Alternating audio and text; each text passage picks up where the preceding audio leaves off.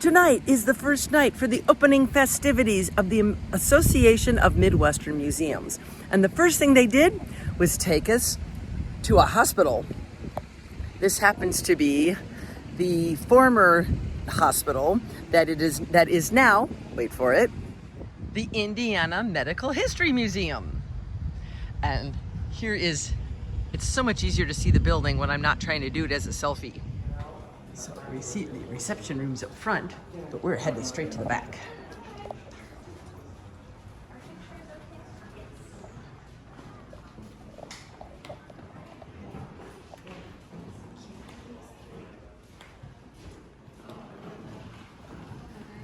This looks like something out of an old painting. Oh. So this is what it looks like from the seats. That, of course, is no doubt where the lectures and you suppose they actually did gross anatomy in here? Even the drinking fountain is just kind of fascinating here. Are all these little cups attached? Oh, yes, it looks like they're supposed to have something you put, they're the stands. This is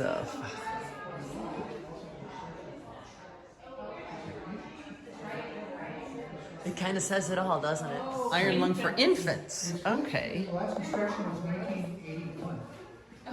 What? Respiratory closest shared it actually did very Yeah, there's a lot of things that just don't change all that much. Hemostats are useful in those. Hemostat, thank you, yes. Razor blades. I think in the middle of the spine saw. The one in the middle, the curved one? Yeah. That's a spine saw? Yeah, it's for taking the spine out, taking the down. Oh my God. They even have a jar for them. Okay, which one? The tall jar, the tall narrow jar, this is for the spine? Yep, that's a spine jar. A spine jar. Okay, what are the other jars then? Just general purpose. Just gotta show you that some things never change. The restroom has been so for a very long time. But of course, we don't get nearly such nice wash stand or stands like that. Although that's just the dresser, the wash stand. Again, some things don't change. So, I mean, the big thing for staff and public is we're a eyes-only museum, so that's the main thing. Saying that, I'm not sure how frequently they have people from the state come in terms of like chemical regulation to look through everything, but everything that's on the shelves has been indicated as safe to keep on the shelves for storage. And saying that, I'm not sure how routinely that process happens, but that is an ongoing process, that everything in here is cataloged to make sure that it is safe to be on the shelves still. Luckily, it just happened that way. The labels are just sort of beautifully, some things like sodium bicarbonate, some things just don't change. Oh, really? Yeah. Awesome. Yeah, no, I'm super excited. The weights remind me of ones I saw when I was a kid. In the pathology department, when they stopped operations in 1968, so what was left on the shelves is pretty much what we have here on the shelves. I work in the bacteriology. We've got our incubators here. There's a pH color wheel over in the corner. Some of the colors are a little faded now, but you can use your imagination. If you have any questions, my name's Cole. Let me know. I do love the description of patent medicine.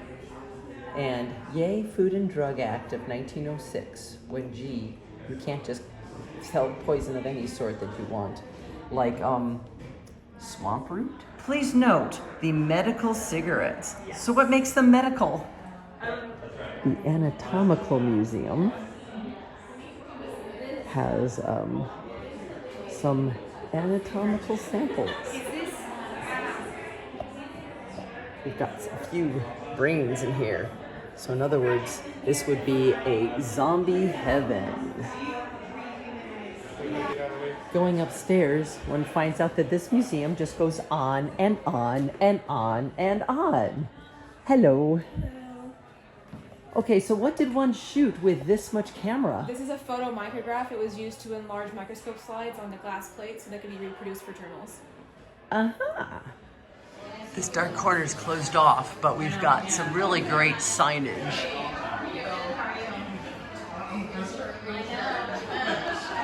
And I will back out so you can see we are at the end of the corridor.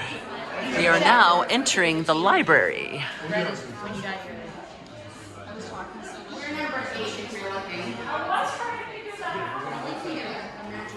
The books.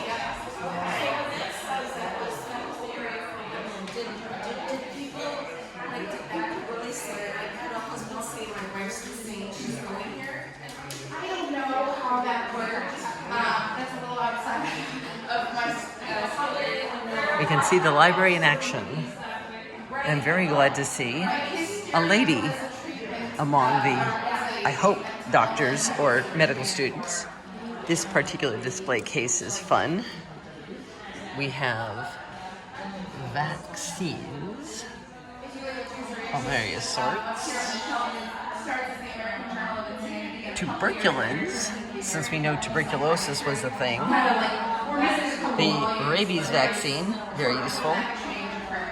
And other antitoxins. All right, do we go left or do we go right? I don't know, so we're gonna go right. Histology. Wow.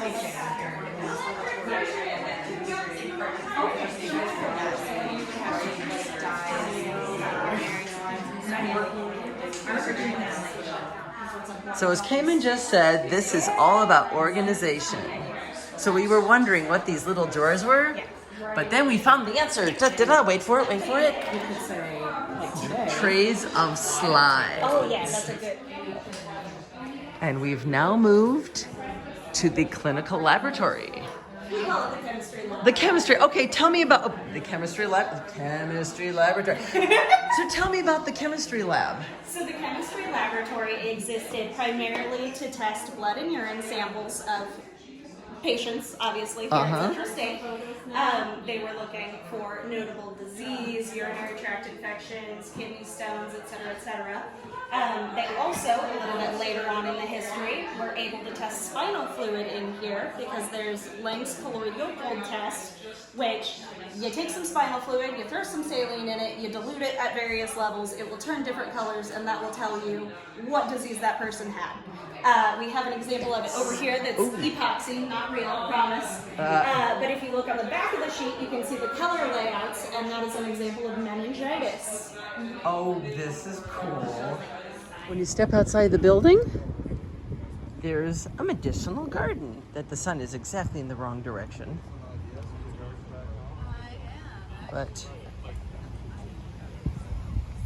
echinacea, the purple cone flower, the aspirin plant. Check that out. The source of aspirin here in